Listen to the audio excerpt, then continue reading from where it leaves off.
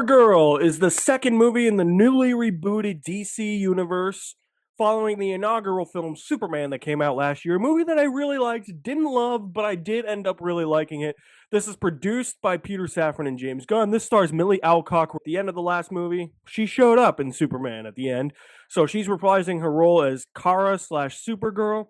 David Corenswet reprises his role as Superman. You have Jason Momoa, Eve Ridley, Matthias Schoenaerts, amongst a whole slew of other people that are in this movie. When an unexpected and ruthless adversary strikes too close to home, Kara Zor-El, aka Supergirl, reluctantly joins forces with an unlikely companion on an epic interstellar journey of vengeance and justice. So like I said, I liked that Superman movie. I thought it was good. Not fantastic like I wanted it to be, but it was a good starting point for a new DC universe. And I liked that Supergirl showed up at the end because the way she shows up, she's drunk. She kind of has like that rebellious nature to her. And I was like, that's a side of Supergirl we haven't seen, because my biggest skepticism with Supergirl is that she's just Superman. The usually in all the previous media, at least in one big piece of previous Superman media, Supergirl, or Kara, as she's known in pieces of other media, usually just kind of does what Superman does or follows the same plot beats that Superman does. And I'm not a big fan of that because it's just the same thing, which is why I think I kind of, in the end, liked this movie. I know the reputation it's getting amongst critics. I know it's a very mixed reception. You're either going to love it or hate it, especially if you love the Woman of Tomorrow comic book. I've heard that you will probably hate this movie if you like that comic book because it's not as colorful as that movie. It's not as vibrant. It's not as lively. The movie does have a bit of a sour, dour, dry color palette. It's very dark. It's grimy. It's grungy. Craig Gillespie directed this, and he brings this sort of like diesel punk, steampunk, angsty punk rock type of edge to it that maybe this type of story didn't need. And while we're talking about it, let's just talk about the negatives with this movie. The script is all over the place. There are certain decisions characters make that just don't make any sense whatsoever. There are emotional moments that are breezed over throughout the entire first half of this movie. It feels such like a low stakes movie compared to what Superman was. And maybe you need that for a second movie. You can't have everything be this big, bombastic, over-the-top type of thing. The editing is a bit jarring at some points. There's a lot of quick-cut editing, that Quantum of Solace type editing that gives you whiplash. My least favorite parts of this movie were easily two of the supporting characters, one of which is the villain. Let's talk about Ruthie first, played by Eve Ridley. Look, I don't like talking bad about child actors or teenage actors, and I think that this might be her first film role, but she was stiff. I didn't connect with her. I didn't see the chemistry there between her and Millie Alcock as Supergirl. The performance was really stiff. It was very monotone. It was very one note. Do you remember Pirates of the Caribbean: Dead Men Tell No Tales when Brenton Thwaites portrayed Will Turner's son, and every single line he was like, there's a curse that'll help you protect the man from the sea. It will help raise the sea from the dead, or whatever the hell he was saying, but he always said it in the same goddamn tone of voice. That's exactly how I felt with Eve Ridley in this movie as Ruthie. Did not connect with her at all. That's why I felt that there was a disconnect between why Supergirl was actually helping her and Supergirl's actual drive in the movie. And her actual drive, there's thematic points here that seem a little off-putting. Like, okay, I get it. There's something personal to you that you're going after, but there's something bigger in the bigger picture, broader strokes here, that I feel like you should be concentrating on a little bit more. The movie kind of does feel like a side quest, but let's talk about this main villain for a minute, because Matthias Schoenaerts plays him. Matthias Schoenaerts does a really ham-fisted performance in here, and this is, without a doubt, one of the worst comic book movie villains I have ever seen. This is worse than Dar-Ben in the Marvels. I can't believe I even remember that chick's name. Maybe it's just because I just watched the MCU all the way through again, so that's how I probably remember Dar-Ben's name. But Matthias Schoenaerts in this movie, I like him as an actor, but he has no screen presence in this movie. He is so over the top, ham-fisting a performance. He's not menacing at all. He's over there looking like an amalgamation of Pinhead from the Hellraiser movies and Zao from Die Another Day. I mean, it's Zao, like, with more diamonds, but this time just metal, or a Mad Max villain over there. And the biggest thing that they give him to be menacing is Sipping liquid from a bowl does not make you cool, man. That just makes you dumb. However, though, I think there was a point with this movie where I started to connect with it, and that is probably right as the second half started. There's flashbacks in this movie, and those are easily mixed with the David Cornsweet Superman scenes, because I think it's fair game to talk about him since he was in the trailer.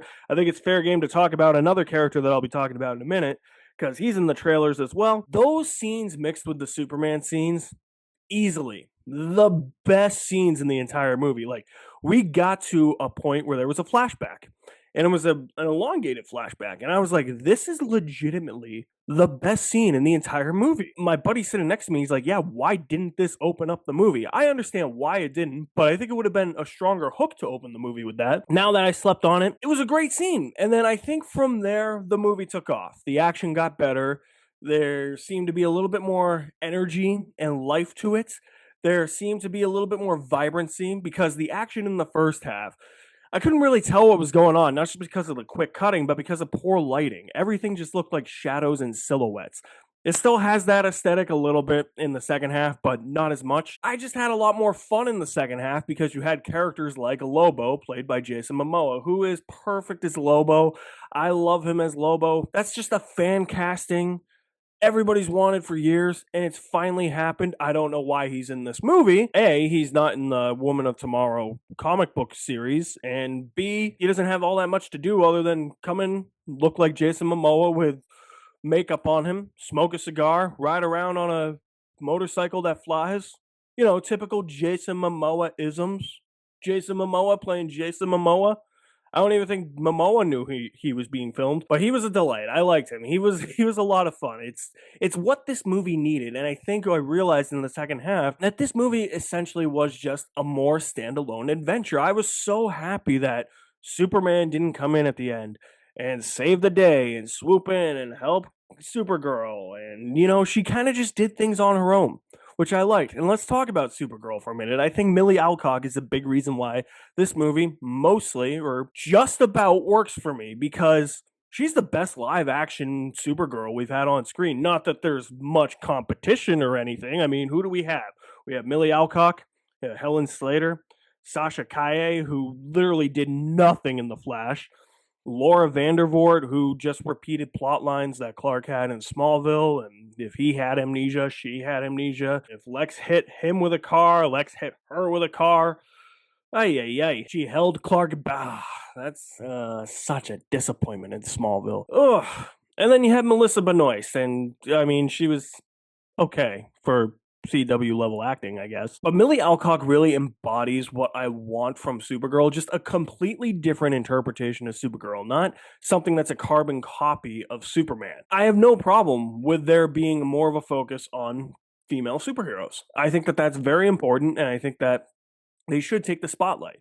But if you're just the same thing as another character, then I'm not really going to vibe with you. It's like in the old DC extended universe, Batman and Superman, both male characters, but there wasn't enough there to differentiate the two of them. Both of them were just written as Batman, because it seemed like Zack Snyder just read one comic and loved Batman and made everybody Batman for some reason. Like, that's how I felt with Superman in the old one. Like, here, Millie Alcock captures that edgy, rebellious punk rock attitude that the end of Superman from last year promised us. Drunk Kara is way more fun already in like a movie in one scene than any other iteration of Supergirl I've ever seen. She embodies that. She's the best live action Supergirl. She is phenomenal in this movie.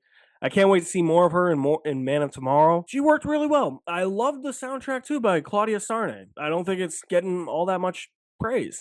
I think that that is a really inspiring, tragic yet hopeful film score. I can see why they went through a few different composers here. And I feel like both Ramin Djawadi and Tom Holkenberg, or Junkie XL, whatever you want to call him, would not have captured the tone of this movie. And that's another thing too. The tone of this movie is completely different from Superman. And I really actually enjoyed that. There's not a lot of humor, at least for me there wasn't, unless it was humor that just wasn't working. I didn't find it all that humorous. I found it a lot darker. I found it a lot more edgier. I found it a lot more rebellious.